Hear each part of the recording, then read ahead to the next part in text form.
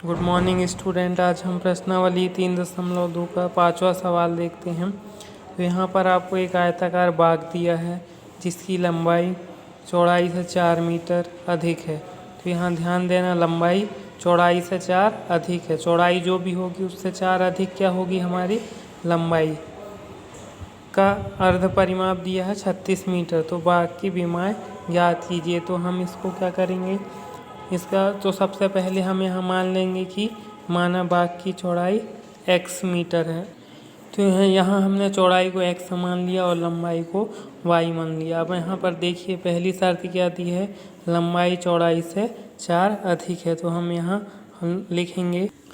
तो यहाँ प्रश्नानुसार पहली शर्त क्या है, लंबाई बराबर चौड़ाई से 4 अधिक है। तो लंबाई यहाँ पर है आपके पास y बराबर हो जाएगा, यहाँ पर x चौड़ाई है अपनी और 4 अधिक है, मतलब यहाँ पर 4।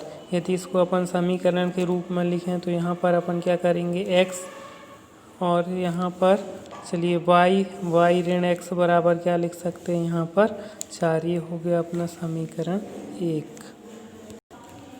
अब देखिए दूसरी शर्त दिया गया है कि इसका अर्ध परिमाप 36 मीटर है। अब यहाँ अर्ध परिमाप मतलब यहाँ पर देखिए, तो यहाँ पर प्रश्न, तो यहाँ पर देखिए बाग का अर्ध परिमाप आपको दिया है 36 मीटर। अर्ध परिमाप का मतलब क्या है, तो हम जानते हैं कि जो आयताकार आयत का जो परिमाप होता है वो होता है 2 गुणित लंबाई धन चौड़ाई। तो उसके बटे में हम 2 कर देंगे। तो यहाँ अपन लिख लेंगे 2 गुणित लंबाई क्या है अपने पास, तो लंबाई है अपने पास y और चौड़ाई क्या है अपने पास x बराबर क्या दिया है 36। और चूँकि ये अर्ध परिमाप है इसीलिए बटे में क्या करना पड़ेगा 2। अगली बार यहाँ अपन देखेंगे 2 गुणित y धन x बराबर यहाँ पर क्या हो जाएगा, तो यहाँ पर हो जाएगा इस 2 का गुणा इधर होएगा तो, या फिर 2 से 2 यहाँ पर क्या हो जाएगा कैंसिल। तो यहाँ पर ये हो जाएगा y धन x बराबर 36, y धन x बराबर 36। ये हो गया अपना समीकरण 2। तो हमें समीकरण 2 मिल गया। तो हम इसको 2 तरीके से कर सकते हैं, या तो ग्राफी विधि द्वारा भी हल कर सकते हैं, है ना। तो अभी तो हम ग्राफी विधि से ही हल करेंगे चूँकि प्रतिस्थापन विधि हमने पढ़ा नहीं है। तो चलिए हम समीकरण 1 एवं 2 से हम मान निकाल कर उसको ग्राफ में प्रदर्शित करते हैं। तो यहाँ पर पहले समीकरण y ऋण x बराबर 4 से यहाँ पर हमें ये वाले मान मिलते हैं कि जब हम x बराबर यहाँ 0 रख देते हैं तो y बराबर 4 मिलता है, और x बराबर 2 रख देते हैं तो y बराबर 6 मिल जाता है। इसी प्रकार यहाँ हम x बराबर 18 रखेंगे तो 18 का पक्षांतर कर देंगे तो y का मान भी 18 मिल जाएगा, और x का मान 16 रखेंगे तो 16 का पक्षांतर करने पे 20 मिल जाएगा। तो इनको हम इस रूप में लिख लेते हैं। अब इनको हम ग्राफी रूप में व्यक्त करेंगे। तो देखिए पहले समीकरण से हमें x बराबर 0 y बराबर 4 दर्शाना। तो देखिए x बराबर 0 यहाँ रहेगा, y बराबर 4 आपका ये है। तो यहाँ पर क्या करेंगे, हम एक बिंदु हमने यहाँ पर ले लिया। दूसरा मान है x बराबर 2 y बराबर 6। तो x बराबर 2 आपका ये है और y बराबर 6। इस सीध में आपका यहाँ पर ये दूसरा बिंदु होगा। तो ये हमारी पहली रेखा का समीकरण हो गया। तो यहाँ पर देखिए हम पहली जो समीकरण दिया था उसकी एक रेखा खींच देते हैं हम। दूसरे समीकरण में हमें x बराबर 18 और y बराबर 18। तो x का 18 कहाँ है, ये है, और y का 18 कहाँ है आपका, यहाँ पर आएगा, ये आया, है ना। उसी तरह आप देखना x का 16 और y का 20। तो x का 16 ये है और y का 20 यहाँ पर है ये।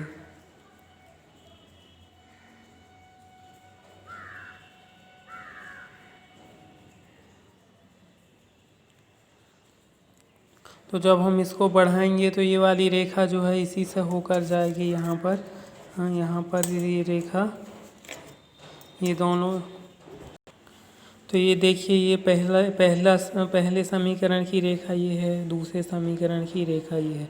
दोनों ही एक दूसरे को यहाँ पर प्रतिच्छेद करनी है। तो ये देखिए x का 16 है और यहाँ पर y का कितना है 20 है। तो x क्या माना है हमने, तो x यहाँ हमने चौड़ाई माना, अर्थात आपकी चौड़ाई कितनी मीटर है, 16 मीटर है, तथा लंबाई आपकी कितनी मीटर है, 20 मीटर, जो कि हमारी शर्त को पूरा कर रही है। तो यहाँ पर जो आपकी जो लंबाई आ रही है वो चौड़ाई से 4 मीटर अधिक आ रही। तो इस प्रकार से हमारा ये सवाल कंप्लीट हुआ।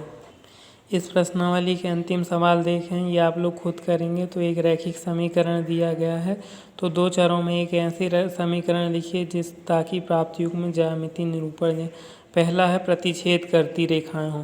तो प्रतिच्छेद करती रेखाओं के लिए आपको क्या क्या नियम है इसका, तो A1/A2 बराबर नहीं होना चाहिए B1/B2 के। मतलब यहाँ पर x का मान आपका अलग होना चाहिए और y का मान अलग होना चाहिए। तो आप आंसर शीट से देख के इसको लिख सकते हैं।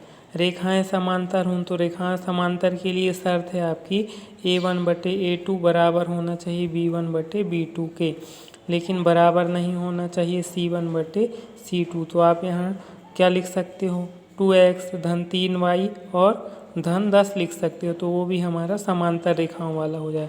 समपाती रेखाओं के लिए जैसा ये है अगला समीकरण भी ऐसा ही होना चाहिए या इसका गुणज होना चाहिए। जैसे यहाँ 2x दिया तो हम इसके लिए 4x लिख लेंगे, 3y दिया तो 3 दूनी 6y लिख लेंगे, और ऋण 8 दिया तो यहाँ ऋण 16 कर लेंगे। तो ये समपाती रेखाओं के लिए समीकरण हो जाएगा। अब यहाँ दिया समीकरण ये और ये का ग्राफ खींचिए। x अक्ष और इन रेखाओं से बने त्रिभुज के शीर्षों के निर्देशांक ज्ञात कीजिए और त्रिभुजाकार पटल को छायांगे। तो आप इसको ग्राफ पेपर पर जैसा कि हम अभी के सवाल में किए हैं वैसे ही करके हल कर सकते हैं। इतना आप लोग करेंगे। आप